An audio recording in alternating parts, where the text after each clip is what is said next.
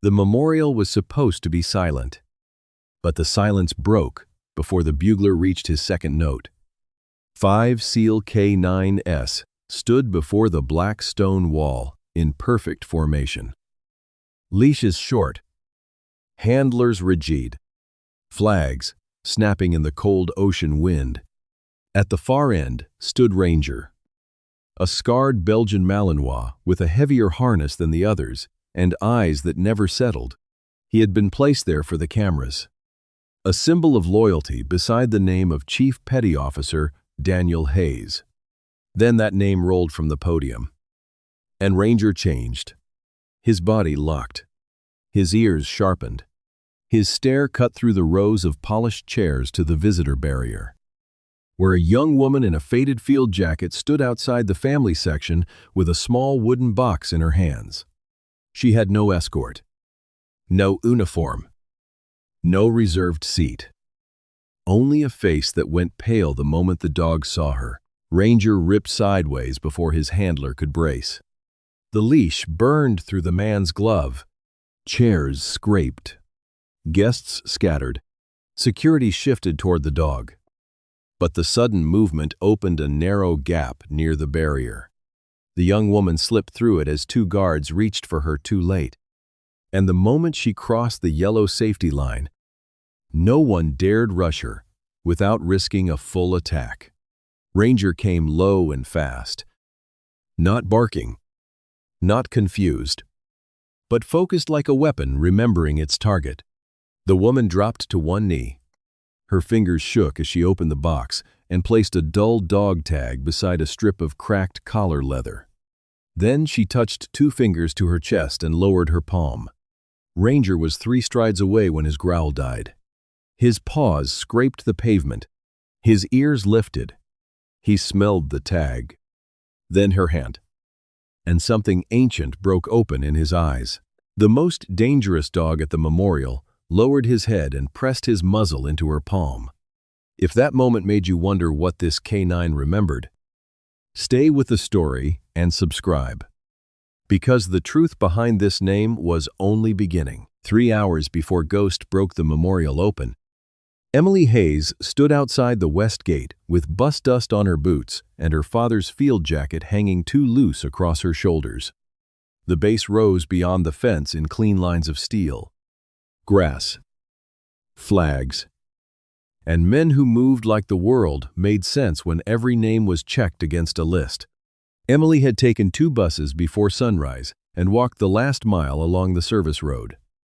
Not because she wanted sympathy, but because getting there mattered more than arriving with dignity intact. She carried 1 small box under her arm, though she no longer held it like a mystery. She held it like proof. At the checkpoint, the guard studied her license, her printed memorial notice, and the tablet glowing in his hand. The name Hayes made him pause. But the screen did not bend for blood.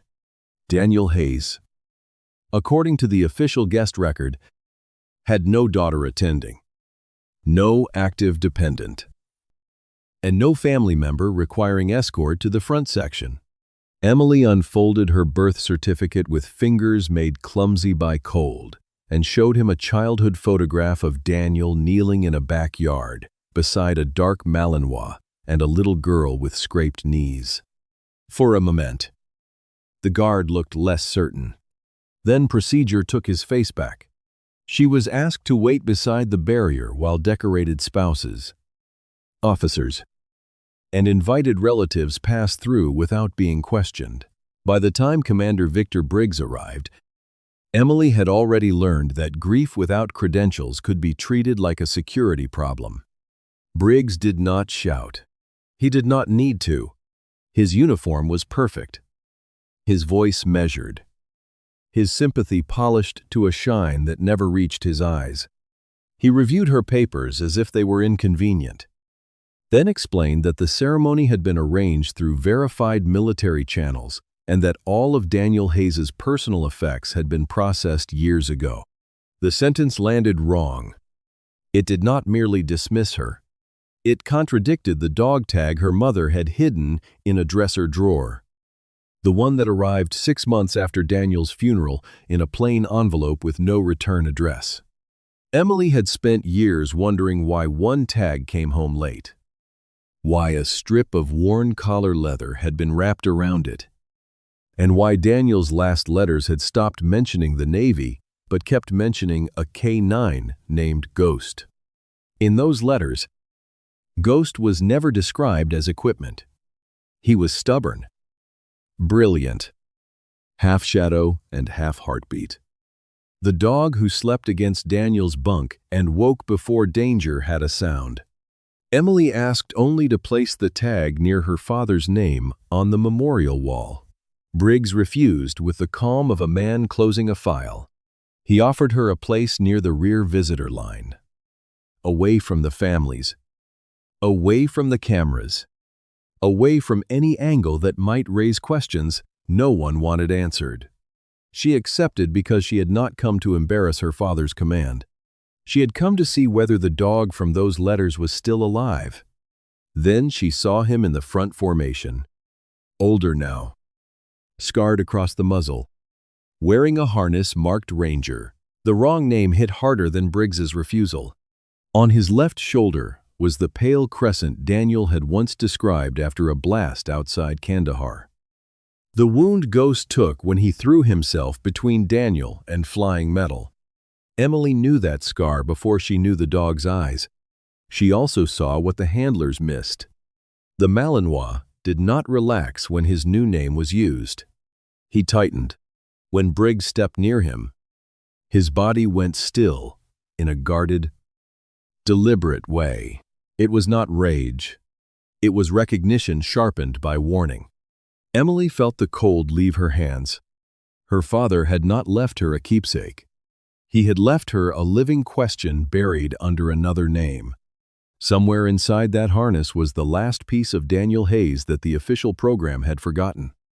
And every rule at that gate seemed designed to keep his daughter from reaching it before the ceremony began. By the time the honor detail pulled Ghost behind the memorial wall, the ceremony no longer felt like a ceremony. The chairs in the front row had been shoved crooked by people trying not to look afraid. Flags still moved in the wind. But the music had stopped, and every uniform near the equipment canopy seemed to be waiting for permission to breathe again. Ghost stood inside a temporary kennel, with 2 steel leads clipped to his harness and dust streaked across his paws. He did not throw himself at the bars. He did not bark at every hand. That was what made him worse to the men who feared him. He stood too still, head low, eyes fixed on the space where Commander Briggs had just walked away. As if the old dog had not lost control at all, but had found the one man in the crowd he could not stop watching. Ethan Cole, the handler assigned to him 6 months earlier, kept one gloved hand on the leash and the other near the release buckle. Caught between what he had been told and what he was seeing, the file on Ghost had always read like a warning label. Severe aggression, handler reactive, failed rehabilitation, civilian contact prohibited, disposal review pending. Ethan had believed enough of it to be careful. The bite reports were real. The broken crate door was real. The dent in the transport van was real. But now, with Emily still held beyond the security line and Ghost trembling only when certain people moved, the pattern looked less like madness and more like memory. The dog did not lunge at random guards. He reacted to the snap of the rear van lock. He stiffened when a hand reached under his harness toward the old leather collar. He went silent when Daniel Hayes's name was spoken. And when Briggs came within 10 feet, Ghost angled his scarred body between the commander and the collar as though guarding something that could not be replaced. The military veterinarian opened a black medical case on a folding table, preparing a sedative with the tired efficiency of someone who had handled dangerous animals before. Briggs returned with transfer papers already clipped to a board. His voice stayed calm, but his eyes kept cutting toward Emily and then toward Ghost's neck. The official explanation was simple enough for witnesses to accept.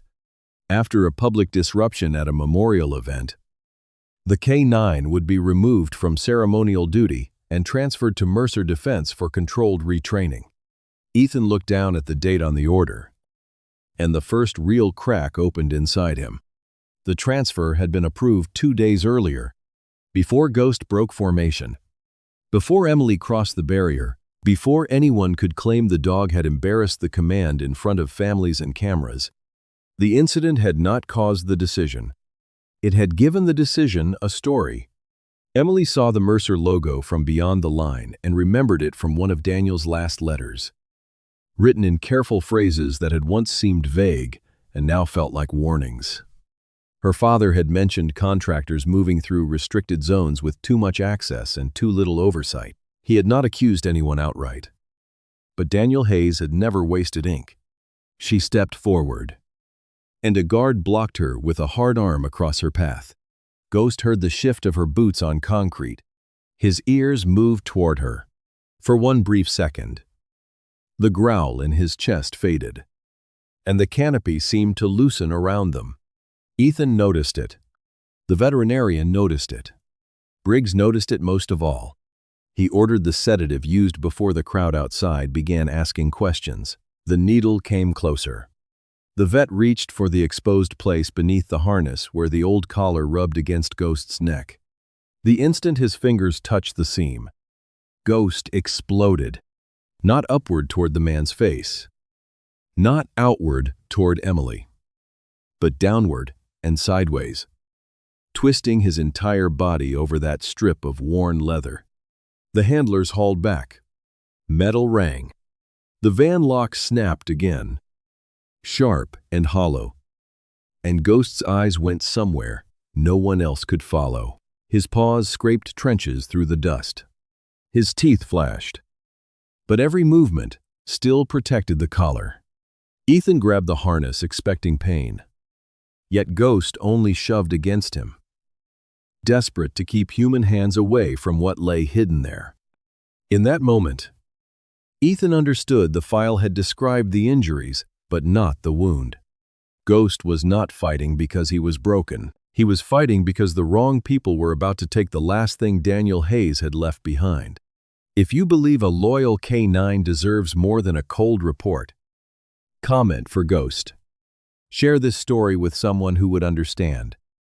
And subscribe before we step into the moment Emily finally calls him by the name the Navy tried to bury. Emily did not run toward Ghost. She moved because everything in front of her had narrowed to one impossible choice: stay behind the security line and watch the tranquilizer end him, or step into the bite zone with the only language her father had ever left her.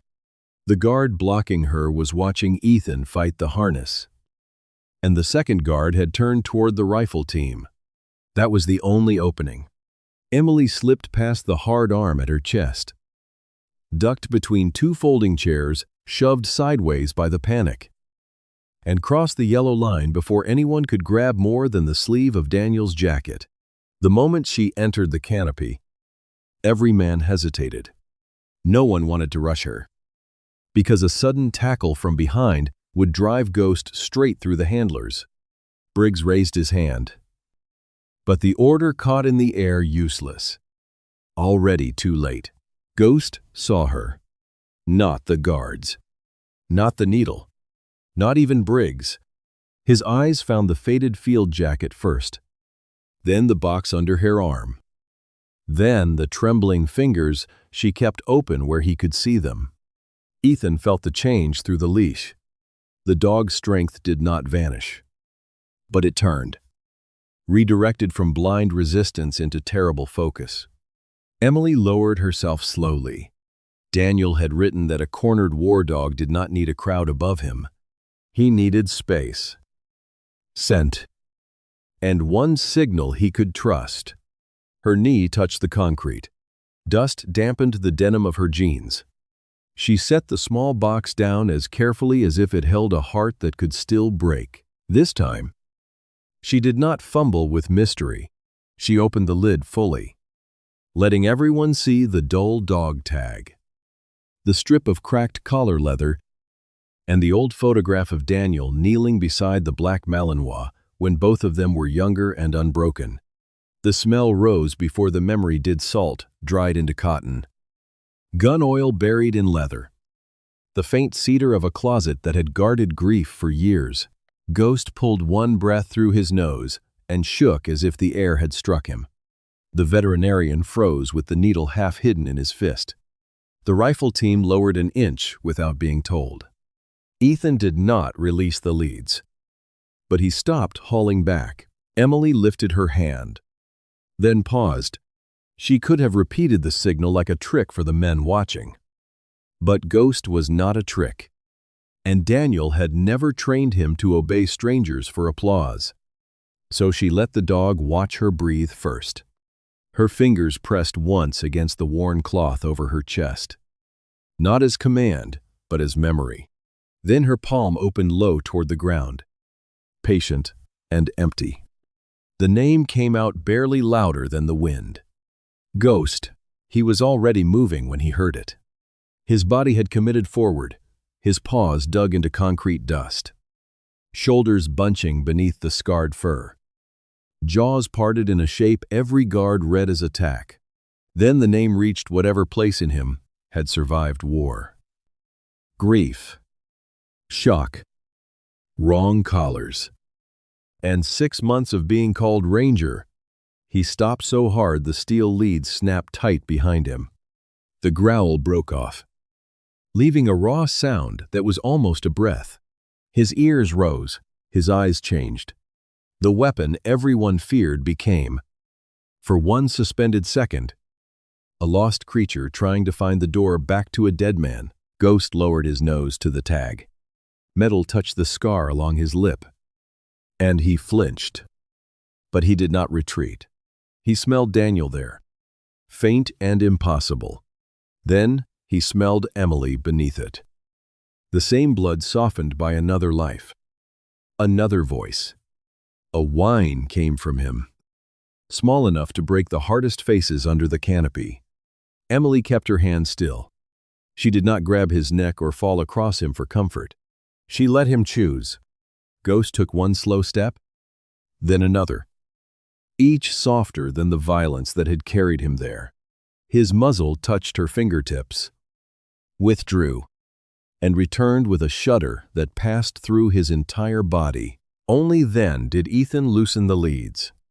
Ghost folded down one leg at a time, fighting surrender until surrender became relief. His chest met the concrete beside Daniel's tag. His head settled near Emily's knee. Around them, the canopy held its breath. The rifle dropped fully. The veterinarian closed the medical case. Briggs stared at the old collar exposed beneath the harness. And for the first time, his fear was visible. Ethan followed that look and saw the uneven seam in the leather. A hidden ridge no standard collar should have carried. Ghost had not been protecting himself. He had been protecting Daniel's secret. The moment Ghost settled beside Emily, the panic did not disappear. It changed shape. Men who had been ready to shoot him now stood with their hands half raised, unsure whether lowering their weapons would admit they had been wrong. Ethan kept one hand on the loosened lead and stared at the old collar exposed beneath the harness. The uneven seam looked small, almost harmless. But Ghost's entire body had fought to protect it. Briggs noticed Ethan looking and stepped forward. That was the first mistake. Fear crossed his face before command could cover it. And several people saw it. Ethan did not accuse him. He only asked the veterinarian to hold the sedative and requested a legal officer from the memorial staff. Because anything hidden in a military working dog's equipment had to be logged before it was touched. The request sounded procedural, which made it harder for Briggs to fight without exposing urgency. A young lieutenant arrived with a body camera still blinking from the ceremony detail, and a master-at-arms moved the guests farther from the canopy. Emily remained on her knees, palm open near Ghost's muzzle, while the dog watched every hand that came near the collar. The harness came off slowly, Each buckle click made Ghost flinch, and each flinch told Ethan more than the reports ever had. Emily did not repeat the signal like a trick. She breathed once, lowered her hand, and let Ghost hear calm instead of force. When the cracked leather was finally visible, the seam did not match the rest of the collar. It had been opened, resewn, then rubbed with dirt and oil to make the repair look old. The veterinarian photographed it before anyone cut a thread. Briggs objected under the language of classified property, but nobody moved back. Inside the seam, wrapped in waterproof field plastic, was a micro-storage card no wider than a thumbnail. It did not explode the case open. It did not solve the murder of a seal in a single breath. It only made the silence honest. The legal officer sealed it in a clear evidence sleeve, read the serial number aloud for the camera, and connected it to a secure tablet that could preview files without copying them. The first screen showed dates, coordinates, and an operation code that matched Daniel Hayes's final mission but did not match the sanitized memorial report. That was enough to alter authority in the room. The legal officer ordered the transfer paused until Naval Criminal Investigative Service could receive the device. Briggs tried to frame the pause as unnecessary delay, but his voice had lost its polish. Ethan watched the commander's eyes keep returning to the card, then to Mercer's logo on the van. The Mercer representative, who had stayed in the background with a clipboard and sunglasses, started making a phone call until the master-at-arms told him to lower the device. No one called it an arrest. Not yet. But the exits filled with uniforms. The tablet could preview only one audio file before the officer stopped himself from digging deeper without a forensic team. The recording lasted less than a minute. Wind struck the microphone. Rotors beat overhead. Daniel's voice, thin with exhaustion, reported Mercer crates, marked for humanitarian transport, moving restricted guidance components through a closed corridor. Another voice answered with a change in extraction route. It was not a confession, not the clean courtroom thunder people expect from stories. But every officer there recognized the second voice. Briggs did too. His jaw tightened as Daniel warned that the contractor had been tipped off. Emily did not cry when she heard her father. She went so still that Ghost lifted his head and pressed his shoulder against her knee. For years, Daniel's death had been explained to her with phrases that sounded respectful and empty. A bad route, poor visibility, enemy contact, impossible recovery. Now she had heard him alive inside the lie, naming what he saw before the ambush swallowed him. The legal officer shut the file and sealed the tablet. Because even grief had to wait for chain of custody. That restraint kept the scene from becoming theater, and made it worse. More pieces surfaced without opening the device. The metadata showed the file had been created before Ghost returned to base and modified once. Months later, from a terminal linked to Briggs's office, Ethan checked the service history on the transfer packet and saw the erasure clearly. Daniel's name appeared nowhere as primary handler. Ghost appeared nowhere at all. Ranger had been born on paper after Daniel died. After Emily's dependent status was sealed, after the first aggression report claimed the dog attacked during routine collar inspection, Ethan looked at the burns beneath the fur and then closed the folder slowly. Briggs was not handcuffed in front of the families. That would come later, if the investigation earned it. Instead, the base executive officer arrived, listened to the legal summary, and relieved Briggs of command pending review. The words were calm, almost quiet, but they struck harder than shouting. Briggs surrendered his access badge, then his radio, while Ghost watched from beside Emily with his chin lifted and his body still angled protectively across her legs. The Mercer transfer was officially suspended on the spot. The van remained parked. Doors open. Its purpose now suddenly exposed as something other than rescue. For Emily, the victory did not feel clean. It felt like standing at the edge of a locked room and hearing her father breathing on the other side. She knew the card had to be examined, the audio authenticated, the records pulled, the witnesses questioned, and the years of lies taken apart one signature at a time. But the first door had opened. Ghost had forced it open by remembering what men had renamed. As investigators sealed the collar and the card, he lowered his muzzle onto Daniel's tag. And Emily understood the next fight would be for his name. 3 weeks after the memorial, the truth no longer belonged to whispers under a canopy. The storage card was examined by forensic technicians. The audio was authenticated, and the old mission logs were pulled from servers that several men had hoped nobody would open again. What came back was worse than anyone at the ceremony had been ready to hear. Daniel Hayes had not led his team into disaster through carelessness or bad luck. He had reported a Mercer defense shipment, moving restricted components under relief markings. And within hours, his extraction route had been changed through an order linked to Commander Briggs. The inquiry did not turn grief into revenge overnight. It moved like the military always moves when evidence becomes undeniable. Slowly, formally, and with signatures that felt too small for the damage they described. Briggs was relieved, then suspended, then placed under criminal investigation. Mercer's transfer contract was frozen, its representatives questioned, and every aggression report written after Ghost returned from Daniel's last mission was reopened. Ethan Cole gave a statement that cost him more than rank. He admitted he had trusted a file because trusting a file was easier than kneeling beside a wounded dog and asking who had made him that way. The burns under Ghost's fur were photographed. The false name change was documented. The missing handler history was restored one line at a time. And each correction felt like another shovelful of dirt being lifted off Daniel's grave. Emily was called back to the base not as a visitor, not as an inconvenience, and not as a girl standing behind a barrier. She was received as Daniel Hayes' daughter and surviving family.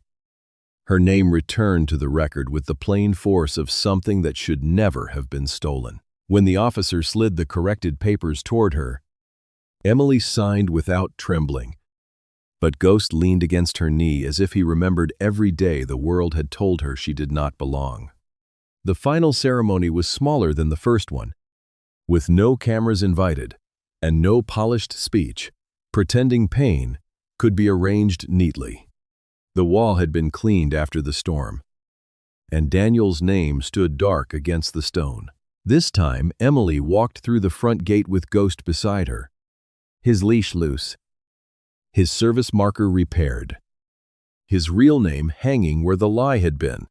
Ethan walked a step behind them, not as the man controlling the dog, but as the man who had helped bring him home. The amended citation was read aloud, not as a dramatic confession, but as the kind of official truth Daniel had died trying to protect.